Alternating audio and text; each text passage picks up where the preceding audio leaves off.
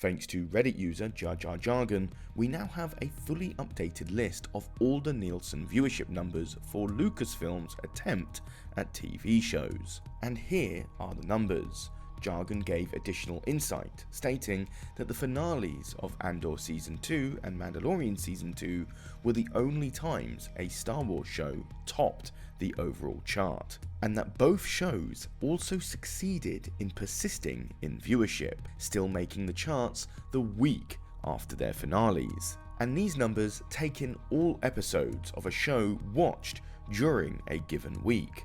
So shows with a large backlog of episodes usually see a small bump in minutes watched as some viewers catch up on previous episodes. The only episode of a Star Wars show that had a confirmed amount of views was Ahsoka Episode 1, in which Disney reported 14 million views for that episode. So with that limited data, here is a very rough conversion estimate for all the other shows. In terms of cost per minute produced, The Acolyte was by far the most expensive show for its runtime, whereas The Book of Boba Fett and Kenobi were the cheapest, by almost half of The Acolyte. Finally, let's take a look at the finales and the average viewership in a show-by-show graph. We can see a constant downward trend of viewership, which is associated closely with the viewership of Disney Plus originals year on year. So what I mean is, don't blame this entirely on the Star Wars' integrity